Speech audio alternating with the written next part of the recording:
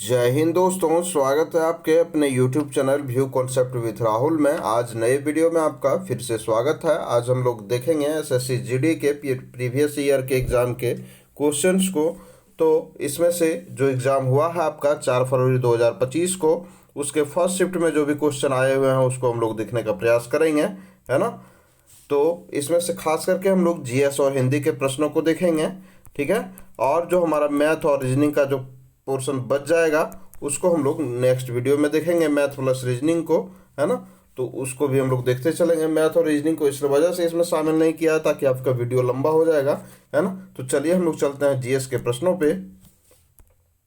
इसमें आपका पहला प्रश्न है कि सार्वजनिक परीक्षा यानी कि अनुचित साधनों के रोकथाम विधेयक 2024 के अंतर्गत परीक्षा के दौरान अनुचित व्यवहार या अपराध में शामिल व्यक्तियों के लिए निर्दिष्ट जुर्माना राशि है वह कितनी है, यह हम लोग देखने का प्रयास करेंगे।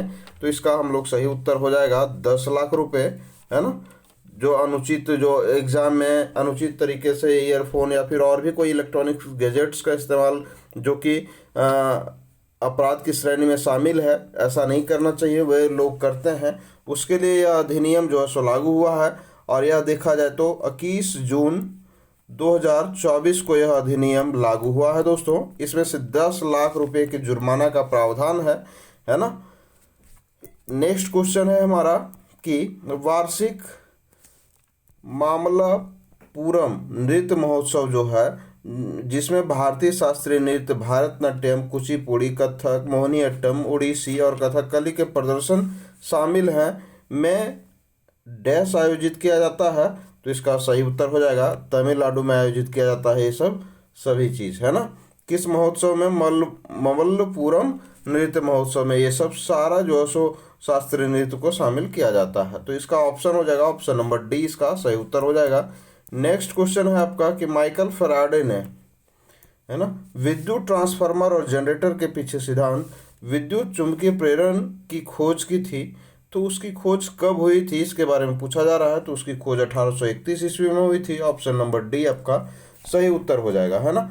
माइकल फैराडे ने विद्युत ट्रांसफार्मर और जनरेटर के पीछे जो सिद्धांत है विद्युत चुंबकीय प्रेरण, है ना, उसकी खोज 1831 ईस्वी में की थी, ठीक है। जो हम लोग फ्लेमिंग के दाएं हस्त के नियम से हम लोग जो है सो प्रेरित विद्युत धारा की दिशा ज्ञात करते हैं, इस बात को भी हम लोग ध्यान में रखेंगे। लेंज के नियम से हम लोग क्या ज्ञात करते हैं? तो ऊर्जा के संरक्षण के सिद्धांत पर यह कार्य करता है, लेंज का नियम, है ना, ऊर्जा संरक्षण के सिद्धांत पर कार्य करता है। नेक्स्ट क्वेश्चन में हम लोग को देखेंगे कि भारतीय संविधान के भाग 3 में जो है सो किसका उल्लेख किया गया है। तो इसका सही उत्तर हो जाएगा मौलिक अधिकार का उल्लेख किया गया है। ऑप्शन नंबर ये इसका सही उत्तर हो जाएगा, ठीक है।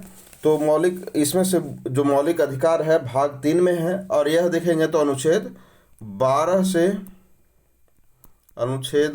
से 35 तक जो है सो है भाग 3 में अनुच्छेद, है ना।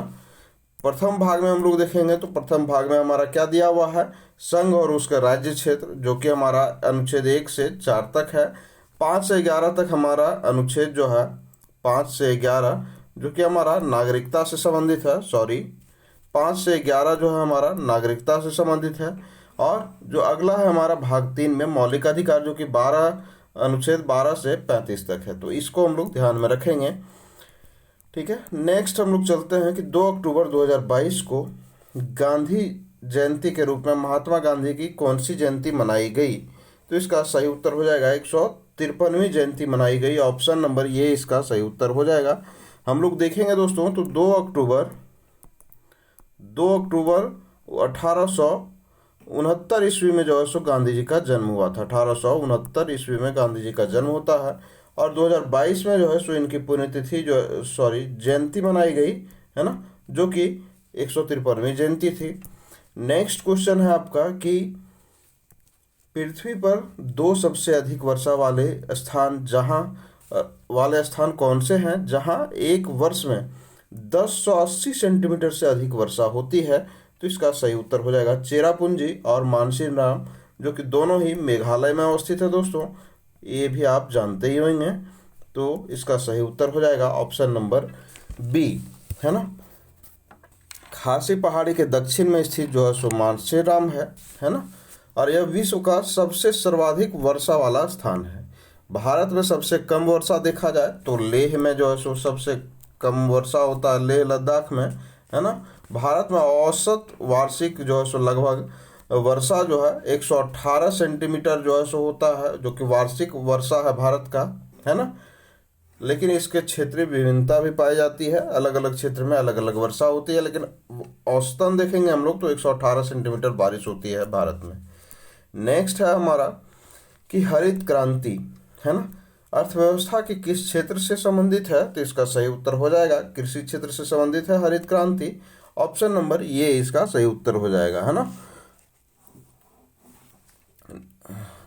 नेक्स्ट क्वेश्चन पे हम लोग चलेंगे, प्रश्न संख्या 28 पे, है ना। तो 28 है हमारा कि निम्नलिखित में से कौन सा वाक्य सत्य है, इस पे हम लोगों को देखना है ना। तो इसको हम लोग देखने का प्रयास करते हैं। तो वित्तीय वर्ष 2022-23 के लिए भारतीय कृषि के अनुमानित वृद्धि दर 5.5% थी, यह ऑप्शन गलत है। वित्तीय वर्ष 2021-22 के दौरान भारत का कृषि निर्यात लगभग जो है सो 50.2 बिलियन अमेरिकी डॉलर तक पहुंच गया था, यह बात सही है। और खरीफ विपणन सीजन 2021-22 के दौरान भारत में 581.7 लाख मीट्रिक टन चावल संग्रहित किया गया, यह भी बात हमारा सही है। अतः हमारा ऑप्शन नंबर बी इसका सही उत्तर हो जाएगा। ऑप्शन नंबर बी 2 और 3 सही उत्तर हो जाएगा, है ना। नेक्स्ट क्वेश्चन इसमें से देखेंगे दोस्तों कि 2022-23 में जो भारतीय कृषि की अनुमानित वृद्धि जो है दर 5.5% नहीं दोस्तों, सिर्फ 5% रही थी, इस वजह से यह ऑप्शन गलत हो गया था। नेक्स्ट क्वेश्चन पे हम लोग चलेंगे। नेक्स्ट क्वेश्चन हमारा कि भारत में पहले एशियाई खेल कहाँ आयोजित किए गए थे, तो इसका हम लोग सही उत्तर देखेंगे। तो इसका सही उत्तर है नई दिल्ली में आयोजित किया गया था। ऑप्शन नंबर सी इसका सही उत्तर हो जाएगा। हम लोग इसको देखने का प्रयास करते हैं। तो भारत में जो है पहली एशियाई खेल जो है सो 1951 ईस्वी में जो है सो नई दिल्ली में आयोजित हुआ था, इस बात को हम लोग ध्यान में रखेंगे। और वैसे जो है सो 1982 ईस्वी में एशियाई खेल का आयोजन नई दिल्ली में हुआ था। और एशियाई खेल जो है एशिया की सबसे बड़ी खेल प्रतियोगिता है, इन्हें प्रत्येक 4 वर्ष में आयोजित किए जाते हैं, ठीक है। तो इस बात को हम लोग ध्यान में रखेंगे। नेक्स्ट है हमारा कि भारत सरकार अधिनियम 1919 का आधार पर बनी सिफारिशों के पीछे प्रमुख व्यक्ति कौन थे, तो इसका सही उत्तर हो जाएगा लॉर्ड चेम्सफोर्ड और Edwin Montagu. Option number C इसका सही उत्तर हो जाएगा। भारत सरकार अधिनियम 1919 के आधार पर बनी सिफारिशों के पीछे प्रमुख व्यक्ति लॉर्ड चेम्सफोर्ड और एडविन मॉन्टेग्यू थे, है ना। नेक्स्ट क्वेश्चन है हमारा कि भारतीय संविधान के कौन से अनुच्छेद जो है सो संघ लोक सेवा आयोग से संबंधित है, तो इसका सही उत्तर हो जाएगा अनुच्छेद 315 से 323 जो है सो हमारा संघ लोक सेवा आयोग से संबंधित अनुच्छेद है। ऑप्शन नंबर बी आपका सही उत्तर हो जाएगा, है ना। नेक्स्ट क्वेश्चन पे हम लोग चलते हैं। तो नेक्स्ट क्वेश्चन है हमारा कि वह एक कर्नाटक गायिका, है ना, थी जो यूरोप, उत्तरी अमेरिका और संयुक्त राष्ट्र महासभा में गाई थी, वह कौन थी, तो इसका सही उत्तर हो जाएगा मधुरे सन्मुख वदियु सुब्बुलक्ष्मी, है ना। ऑप्शन नंबर ये आपका सही उत्तर हो जाएगा, ठीक है, जिन्होंने संयुक्त राष्ट्र महासभा में भी अपने गायकी का प्रदर्शन किया था। नेक्स्ट क्वेश्चन है हमारा कि निम्नलिखित में से कौन सा खेल 11वीं एशियाई खेल बीजिंग 1990 में एक विधा के रूप में शामिल किया गया था, तो इसका सही उत्तर हो जाएगा कबड्डी को शामिल किया गया था। ऑप्शन नंबर सी। नेक्स्ट है हमारा कि भारत के राष्ट्रीय बहुआयामी गरीबी सूचकांक एक प्रगति समीक्षा 2023 के अनुसार जो है सो निम्नलिखित में से किस केंद्र शासित प्रदेश में बहुआयामी गरीबों का प्रतिशत सबसे अधिक है, तो इसका सही उत्तर हो जाएगा दादर व नगर हवेली और दमन व दीव में जो है सो गरीबों के प्रतिशत जो है सो अधिक है। ऑप्शन नंबर ये इसका सही उत्तर हो जाएगा। नेक्स्ट हम लोग देखने का प्रयास करते हैं। तो नेक्स्ट हम लोग का क्वेश्चन है कि अगस्त 2024 में, ठीक है, सर्वोच्च न्यायालय को अलविदा कहने वाली महिला कौन है, जो तेलंगाना राज्य के उच्च न्यायालय की प्रथम महिला मुख्य न्यायाधीश बनी और भारतीय सर्वोच्च न्यायालय में पदोन्नत होने वाली 9वीं महिला थी। कितनी महिला थी, तो 9वीं महिला थी। वह महिला कौन थी, तो इसका सही उत्तर हो जाएगा Hema Kohli. Option number A इसका सही उत्तर हो जाएगा। उस समय जो है सो इसका जो है so most wanted current affair में से एक था, है ना। अभी तो आपका करंट अफेयर बदल रहा है, तो आपका करंट अफेयर का दशा भी बदलेगा। नेक्स्ट क्वेश्चन है हमारा कि प्रधानमंत्री रोजगार प्रोत्साहन योजना डैश से क्रियान्वित की जा रही है, तो इसका सही उत्तर हो जाएगा ऑप्शन नंबर बी 2016 से जो सो प्रधानमंत्री रोजगार प्रोत्साहन योजना 2016 से प्रोत्साहित क्रियान्वित की जा रही है। ऑप्शन नंबर बी इसका सही उत्तर हो जाएगा। निम्नलिखित में से किस पौधे को विशेष सहारे का उपयोग करके दीवारों पर जो है चढ़ाया जा सकता है, तो इसका सही उत्तर है कद्दू के पौधे को, है ना। गुलाब के पौधे को नहीं, सूरजमुखी के पौधे को नहीं, और नींबू के पौधे को भी जो है वैसे सहारे दे करके नहीं चढ़ा सकते हैं, लेकिन कद्दू के पौधे को आसानी से हम लोग सहारा दे करके चढ़ा सकते हैं। ऑप्शन नंबर ये इसका सही उत्तर हो जाएगा। नेक्स्ट हम लोग चलेंगे 38 नंबर क्वेश्चन पे। तो 38 नंबर है हमारा कि तीसरी पंचवर्षीय योजना 1961 से 66 में उल्लेख की गई प्रमुख आर्थिक चुनौतियां क्या थी, तो इसका सही उत्तर हो जाएगा युद्धकालीन व्यय और संसाधन आवंटन जो है सो इसका प्रमुख जो है सो आर्थिक चुनौतियां थी, है ना। तीसरी पंचवर्षीय योजना 1961-66 में ऑप्शन नंबर ए आपका सही उत्तर हो जाएगा। नेक्स्ट है कि NBPW जिसे लौह युग का सबसे व्यापक मृद भांड क्रम माना जा सकता है का पूर्ण रूप क्या है। NBPW का, है ना, NBPW का जो है सो पूर्ण रूपांतरण क्या हो जाएगा इसका, तो इसका सही उत्तर हो जाएगा northern black polished where, northern black polished where. Option number ये इसका सही उत्तर हो जाएगा। नेक्स्ट है आपका कि संगीत अकादमी से प्रतिष्ठित नाट्य कला निधि पुरस्कार से सम्मानित लक्ष्मी विश्वनाथन किस नृत्य शैली से के लिए प्रसिद्ध थी, तो इसका सही उत्तर हो जाएगा भारतनाट्यम के लिए प्रसिद्ध थी। कौन, तो लक्ष्मी विश्वनाथन, लक्ष्मी विश्वनाथन, ठीक है।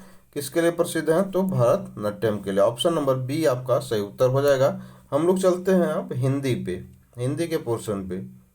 तो आपका हिंदी का पोर्शन में पहला क्वेश्चन है कि खिन्न का विलोम शब्द नीचे दिए हुए विकल्पों में से चुनना है, तो इसका हम लोग सही उत्तर देखने का प्रयास करेंगे। तो खिन्न का मन होता है कि मतलब उदास होना, तो इसका जो है विलोम शब्द हो जाएगा प्रसन्न होना। ऑप्शन नंबर बी इसका सही उत्तर है। तोता उड़कर पेड़ की डैश यानी कि निम्न में से देशज शब्द जो है प्रयुक्त करके विकल्प चुन करके वाक्य को पूर्ण करना है इसमें से, तो इसको हम लोग देखते हैं। तो तोता उड़कर पेड़ की फुनगी पर बैठ गया, फुनगी पर बैठ गया। ऑप्शन नंबर सी इसका सही उत्तर हो जाएगा। नेक्स्ट है कि निम्न वाक्य में से वाक्य में किस पद पर त्रुटि है इसको पहचानना है। तो मेले में विद्यार्थियों की कई टोलियां थी, है ना, मेले में विद्यार्थियों की कई टोलियां थी, तो इसको हम लोग देखते हैं। तो इसका सही उत्तर हो जाएगा कि त्रुटि किस में है, तो टोलियां में त्रुटि है। ऑप्शन नंबर ये इसका सही उत्तर हो जाएगा, है ना। इसमें हम लोग देखते हैं कि इसमें से त्रुटि क्या थी, है ना। सही वर्तनी क्या होगी, टोलियां, लॉ में हर सही होगा, है ना, टोलियां। तो इस बात को जो है सो ध्यान में रखना है, कभी कभी वर्तनी में भी गलती रहता है, इस वजह से उसको आप छोड़ेंगे नहीं। तो टोलियां जो है इसका सही उत्तर हो जाएगा। नेक्स्ट है कि निम्न में से बहुवचन जो है सो बहुवचन से संबंधित जो है सो वाक्य है, तो कौन सा बहुवचन से संबंधित वाक्य है, तो इसका सही उत्तर हो जाएगा प्रेम और हरि तुम्हारे मामा हैं। ऑप्शन नंबर डी इसका सही उत्तर हो जाएगा, है ना। इस वाक्य में प्रेम और हरि दो व्यक्ति दर्शाते हैं, ठीक है, प्रेम और हरि दो व्यक्ति दर्शाते हैं, जो कि बहुवचन का उदाहरण है। इस वजह से हम लोग चुने हैं बहुवचन से संबंधित वाक्य को, ठीक है। नेक्स्ट है कि रिक्त स्थानों की पूर्ति जो है सार्थक और निरर्थक शब्द युग्म से करना है। तो जीवन में हमेशा मनुष्य को डैश रास्ते से गुजरना पड़ता है, तो इसका सही उत्तर हो जाएगा टेढ़े मेढ़े रास्तों से गुजरना पड़ता है। Option number D. यह एक मुहावरा टाइप से था दोस्तों कि सार्थक शब्द को हम लोग एडजस्ट कैसे करते हैं, ठीक है। नेक्स्ट है हमारा, नेक्स्ट है कि विष्णु, है ना, विष्णु के लिए जो है सो पर्यायवाची शब्द क्या होगा, तो इसका सही उत्तर है जनार्दन जो है सो विष्णु का पर्यायवाची शब्द है ना। नारायण भी विष्णु का पर्यायवाची शब्द है। हरि, केशव, माधव सब जो है सो विष्णु का क्या है, पर्यायवाची शब्द है, ठीक है। और जो हमारा है नागेंद्र, नागेंद्र, शेष, नाग, ये सब जो है सो किसका पर्यायवाची शब्द है? सर्प का जो है सो, सांप का जो सो पर्यायवाची शब्द है नागेंद्र, ठीक है। राकेश जो सो चंद्रमा का पर्यायवाची शब्द है, ठीक है। तो इस बात को हम लोग ध्यान में रखेंगे। नेक्स्ट है हमारा कि निम्नलिखित में से विशेषण युक्त जो है सो पद जो नहीं है उसको हम लोग को चुनना है इसमें से। तो इसका सही उत्तर हो जाएगा उत्तर चढ़ाव, है ना। ऑप्शन नंबर डी इसका सही उत्तर हो जाएगा। यह एक संज्ञा युक्त पद है जो कि उत्तर चढ़ाव दर्शाता है ना। और जबकि अन्य जो विकल्प है उसमें से सब विशेषण को दर्शाता है। कपड़ा कैसा है तो लाल है ना। मकान कैसा है तो ऊंचा है। लड़का कैसा है तो मोटा है ना। लेकिन चढ़ाव कैसा है, उत्तर है नहीं। यही ऑप्शन हमारा विशेषण युक्त नहीं था, इसी वजह से ऑप्शन नंबर डी इसका सही उत्तर हो जाएगा। मेरे परीक्षा में अच्छे अंक आए हैं, वाक्य में प्रयुक्त होने वाले एकार्थी शब्द के लिए जो है सो उचित विकल्प को इसमें से हम लोगों को चुनना है। तो मेरे परीक्षा में अच्छे अंक आए यानी कि गिनती के अंक जो है सो अच्छे आए हैं। ऑप्शन नंबर बी इसका सही उत्तर हो जाएगा। नेक्स्ट चलते हैं हम लोग प्रश्न संख्या 89 पे। 89 है हमारा कि अनन्या स्नेहा को पत्र लिख रही हैं, प्रेरणार्थक क्रिया का प्रयोग कर इस वाक्य को जो है सो लिखना है ना। तो इसको हम लोग लिखते हैं कि अनन्या स्नेहा से पत्र लिखवाती है ना। अनन्या स्नेहा से पत्र लिखवाती है। ऑप्शन नंबर ये इसका सही उत्तर हो जाएगा। यह वाक्य जो है सो प्रेरणार्थक क्रिया का प्रयोग दर्शाता है, जिसमें से अनन्या स्नेहा से पत्र लिखने का कार्य करवा रही है ना। प्रेरणार्थक क्रिया उसे कहते हैं हम लोग, वह क्रिया जिसके द्वारा यह पता चलता है कि कर्ता स्वयं काम ना करके किसी दूसरे से काम कराने के लिए प्रेरित करता हो, उसे ही हम लोग क्या कहते हैं? प्रेरणार्थक क्रिया कहते हैं। जैसे मोहन ने सोहन को जगाया, यहाँ पर सोहन जो है सो मोहन की प्रेरणा से जगा है, ठीक है। तो यह प्रेरणार्थक क्रिया का उदाहरण हो जाएगा। नेक्स्ट है हम लोगों का कि निम्नलिखित में से उस विकल्प का चयन करें, है ना, जिसमें से उचित मुहावरे का प्रयोग नहीं किया गया है, ठीक है। तो इसका हम लोग सही उत्तर देखेंगे तो तुमने मेरा इतना पैसा ले रखा है लेकिन मुझे देखते ही कन्नी चाटने लगते हो, यह कहीं से भी उचित मुहावरा नहीं है। यह अतः हमारा ऑप्शन नंबर ये इसका सही उत्तर हो जाएगा, ठीक है। बाकी हम लोग देखने का प्रयास करते हैं नेक्स्ट क्वेश्चन को, है ना। इसमें हो सकता है आपको प्रिंटिंग में थोड़ा सा ब्लर है ना। बुक में भी ऐसा ही ब्लर था। नेक्स्ट क्वेश्चन नेक्स्ट सेट से हम लोग चाहेंगे कि अच्छे से जो है सो इसको क्लियर करके लाएं, है ना। नेक्स्ट है हम लोगों का कि 6 महीने का समय उपरोक्त वाक्यांश के लिए एक शब्द कौन सा होगा। तो इसका सही उत्तर हो जाएगा 6 माही। ऑप्शन नंबर डी इसका सही उत्तर हो जाएगा। निम्नलिखित वाक्यांश हेतु सार्थक शब्द की पहचान करें जिसकी उपमा नहीं दी जा सके, है ना। जिसकी उपमा नहीं दी जा सके उसे हम लोग क्या कहते हैं? अनुपम, है ना। अनोखा है, अनुपम है ना, यानी कि यूनिक है, इसका जोड़ा कोई नहीं है, उसे हम लोग क्या कहते हैं? अनुपम। निम्नलिखित में से शुद्ध वाक्यों का जो सो चयन करना है। तो इसमें से शुद्ध वाक्य है मेरे पास केवल एक घड़ी है, यह एक शुद्ध वाक्य है। Option number B.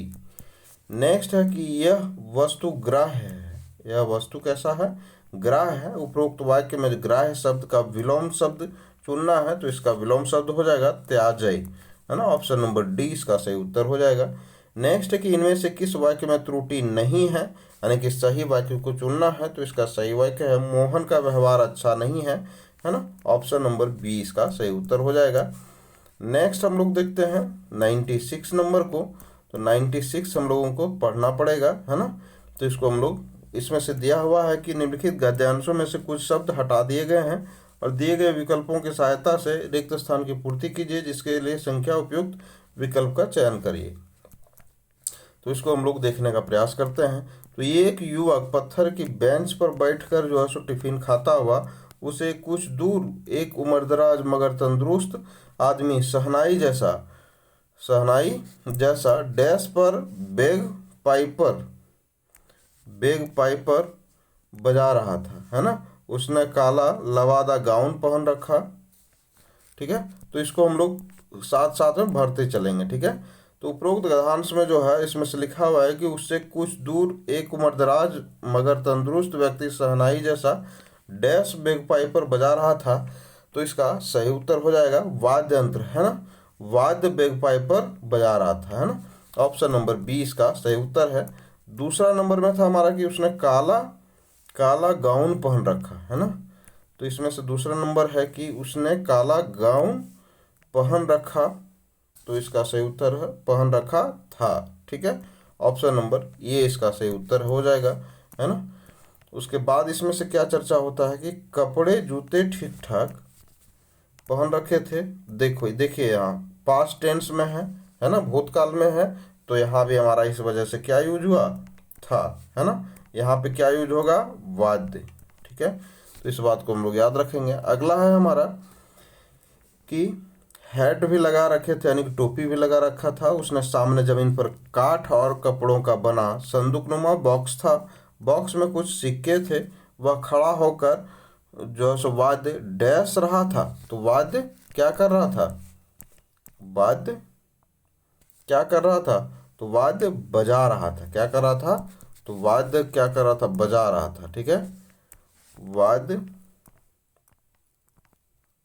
बजा रहा था, ठीक है। नेक्स्ट है हमारा कि उसके गाल वाद्य बजाने के कारण फूल फूल जा रहे थे। जैसे हमारे यहाँ भी शहनाई बजाते समय, शंख फूंकते समय जो सो लोग के गाल फूल जाते हैं। लोग उसके सामने से अदब डैश से गुजर रहे थे। अदब डैश से गुजर रहे थे। तो अदब बेअदब से गुजर रहे थे, है ना। ऑप्शन नंबर बी इसका सही उत्तर हो जाएगा। अदब बेअदब, बेअदब अदब से गुजर रहे थे, ठीक है। अदब बेअदब से गुजर रहे थे। एक दो लोगों ने उसे अभिवादन किया, है ना, यानी कि जैसे हम लोग अभिवादन करना, यानी कि गुड मॉर्निंग, गुड आफ्टरनून, नमस्ते, प्रणाम, जो भी हम लोग अभिवादन करते हैं, है ना। कुछ लोग करीब जाते और झुककर जो है सो बॉक्स में पैसे सिक्के डाल देते। दूर से फेंकता कोई नहीं था। वह एक भिखारी था, लेकिन उसे स्ट्रीट आर्टिस्ट, जिसे हम लोग का सड़क का कलाकार कहते हैं हम लोग, है ना, कहा जाता है। भिक्षा या दान भी जो है सो यहाँ कला के माध्यम से लिया जाता है। कोई मांगता या गुहार नहीं लगाता है। यह तो चुप बैठा रहता है या संगीत कला या गायन के माध्यम से लोगों का ध्यान आकृष्ट करता है। यह दृश्य मुझे सुखद विस्मय से भर गया। मैं देर तक वाद्य यंत्र बजाते देखता सुनता रहा। पास में पेन्स यानी कि सिक्के डैश ना होने के कारण अफसोस हुआ, है ना। भिक्षा के लिए यहाँ हाथ फैलाने की परंपरा नहीं है। तो पास में पेन्स यानी कि सिक्के ना होने का अफसोस हुआ। तो इसका हम लोग सही उत्तर देखेंगे। तो पास में पेन्स यानी कि सिक्के डैश ना होने का अफसोस हुआ। तो सिक्के रूपक ना होने से अफसोस हुआ। ऑप्शन नंबर ये इसका सही उत्तर हो जाएगा। हमारा हिंदी और जीएस के प्रश्न यहीं पे समाप्त होते हैं। हमारे वीडियो को देखने के लिए, हमारे चैनल से जुड़ने के लिए आपका तहे दिल से धन्यवाद। ऐसे ही वीडियो को देखने के लिए हमारे चैनल को सब्सक्राइब करें और बेल आइकन को प्रेस करें, ताकि आपको हमारे किसी भी वीडियो का नोटिफिकेशन तुरंत प्राप्त हो सके। अगर आप हमें कोई सुझाव देना चाहते हैं तो आप हमारे कमेंट बॉक्स में या फिर वीडियो के डिस्क्रिप्शन में टेलीग्राम का लिंक दिया हुआ है, आप वहां पे जाकर के हमें डायरेक्ट मैसेज कर सकते हैं। हम आपके मैसेज और सुझाव को ज़रूर लागू करेंगे। आपका धन्यवाद। आपका दिन शुभ हो।